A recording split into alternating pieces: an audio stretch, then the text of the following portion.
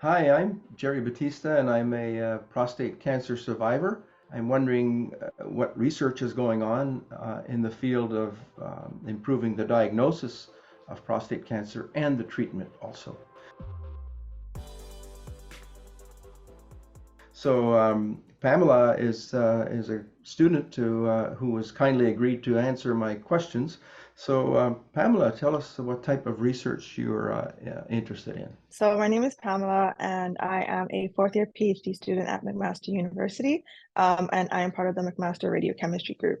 And what I'm currently working on is creating an imaging probe that can be used for the detection and imaging of cancers for the sake of diagnosis.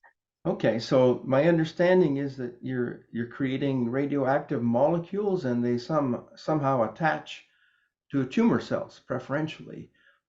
Explain a little bit more how that works. Is it like a jigsaw puzzle and the parts fit? So the jigsaw puzzle is pretty much exactly how it works. So essentially, cancers have a beacon, I guess we could say, that they release, and what I am making is targeting those beacons specifically. So once they are injected into the body, they will circulate until they find that beacon and attach themselves like a nice jigsaw puzzle. Okay, so basically the patient's injected with a small amount of radioactivity in a liquid.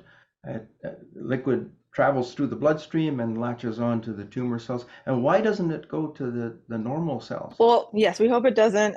There's a lot of, other practices put in place to prevent that from happening, but essentially the what I'm making is modified specifically to only attach to that specific beacon.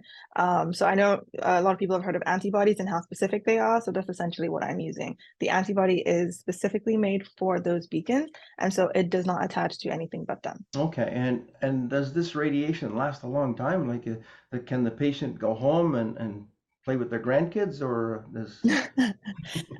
This is a great question. So one of the good things about what I'm working on and what is so different about it is that I'm using radioactivity that has a very short, what they call a half-life. So it doesn't last very long, essentially. And that's one of the good things to address, the issues with radioactivity. And you don't want people to be radioactive for too long, essentially. So yes, they can go home and play with their grandkids at the end of the day because they will no longer be radioactive. You have me thinking now, if you're able to lock into tumor cells, can you up the radioactivity and sort of bombard them so that they can't reproduce anymore? So the radioactivity I'm using for the imaging and detection specifically does not do that.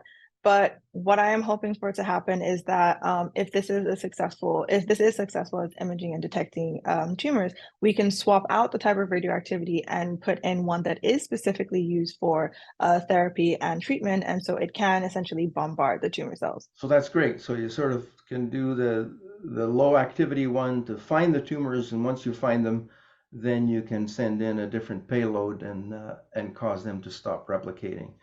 So that's Yes. great. So if we look ahead now, in your wildest dream, how do you see this evolving and being applied? I would hope that this would become a kind of like a one size fits all model for different types of cancers because the beacon essentially that I am targeting is released by a wide variety of cancers, actually.